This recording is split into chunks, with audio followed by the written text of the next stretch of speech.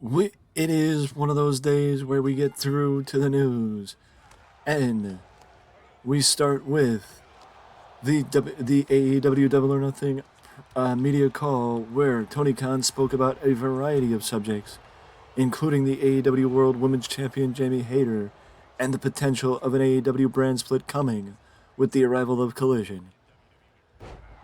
Tony Khan did speak about the brand split. That by it I mean the brand split. And Tony said in due time he will speak more on the brand split, but did not want to speak too much about it at this particular time. Speaking of Jamie Hayter, it was Tony Khan did speak about Jamie Hayter, and apparently, due to an undisclosed injury, Jamie Hayter may not be competing at Double or Nothing this weekend, which is extremely unfortunate because she has been a very reliable and stable presence at the top of the women's division. And according to Dave Meltzer, it is very likely that the women's division in AEW could look gigantically different within the next 5 days, or seismically different in the next 5 days.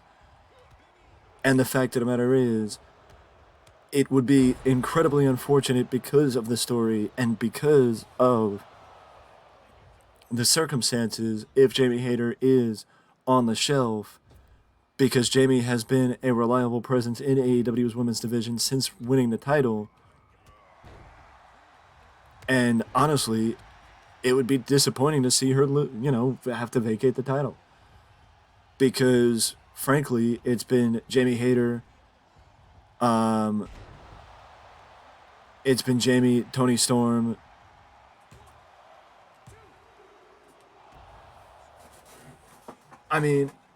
frankly, it's been questionable since Thunder Rosa was injured last year, and by that I mean it's been questionable because you've had nobody have to vacate the title this year. And with the amount of people that had to vacate titles last year with Punk, with Punk and the instability with the AEW World title last year, with Thunder Rosa and the Women's Championship last year, it would be nice if AEW could go a year without having to vacate a title, in my opinion. And especially considering the fact that Thunder would be going home to the UK for Wembley, it would be amazing for her if she had the opportunity to be the women's champion at Wembley Stadium in her home country.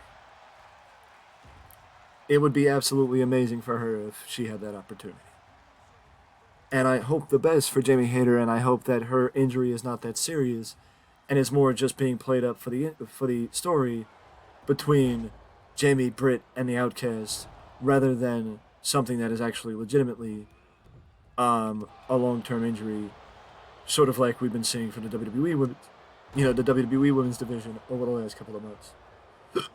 Excuse me. Speaking of WWE, though, alongside AEW, as AEW is having their pay-per-view this weekend, on Sunday, Double or Nothing, WWE is having Night of Champions this weekend as well. On Saturday and then on Sunday, it is NXT Battleground. And according to Shawn Michaels, NXT Battleground will be the last NXT pay-per-view that goes head-to-head with AEW, as the only reason why NXT Battleground is going head-to-head with AEW, as it was because of the WWE wanting to do the pay-per-view on Memorial Day, rather than WWE wanting to do a pay-per-view head-to-head with AEW. And it will be, as I mentioned, it will be the last NXT pay-per-view that goes head-to-head with AEW, which I think would benefit both AEW and WWE from that perspective of not doing head-to-head pay-per-views anymore. But also, it would benefit wrestling fans because they wouldn't have to choose.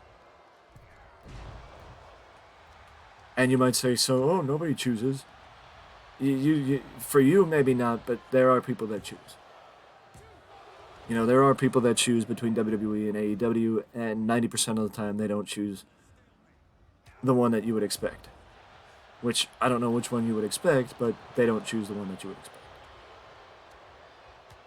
But also, tonight, Impact Wrestling has Under Siege on Fight.tv.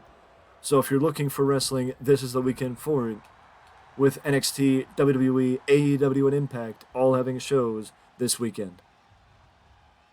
Speaking of Impact Wrestling, Courtney Rush has made her debut in Impact Wrestling, as Courtney Rush is the woman formerly known as Rosemary, as Rosemary has been a part of Impact Wrestling in some form or fashion for the last 7 years. And she basically said Rosemary has inhabited the body of Courtney Rush for the last 7 years, and it's time for Courtney Rush to be Courtney Rush, and Rosemary to disappear. But now Courtney Rush gives a new life to the former Rosemary, and another valued member and another asset to the Impact Wrestling Women's Division, as the deepest division in professional wrestling continues to grow, that being the Impact Wrestling Women's Division.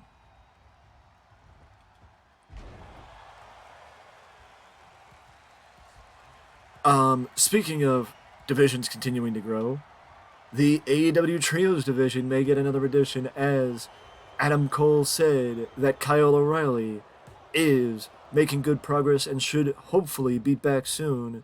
Kyle had neck fusion surgery last year and has been on the show for the better part of the last year. I think the last we saw of Kyle O'Reilly was last summer. I could be wrong, but I think the last we saw of Kyle O'Reilly was last summer. And basically we haven't seen him since. We haven't seen him since.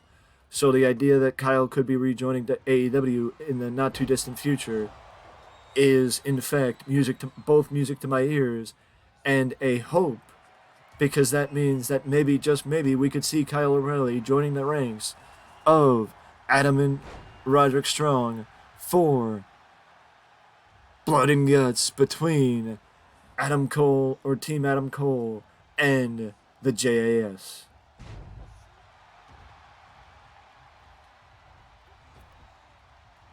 With that being said, though, it is unclear what the future holds for Kyle O'Reilly, but it is good to hear any updates for Kyle from Adam, and it's good to hear any updates from Kyle O'Reilly in any way, shape, or form, especially ones that lead to positive outcomes, like him potentially returning sooner rather than later.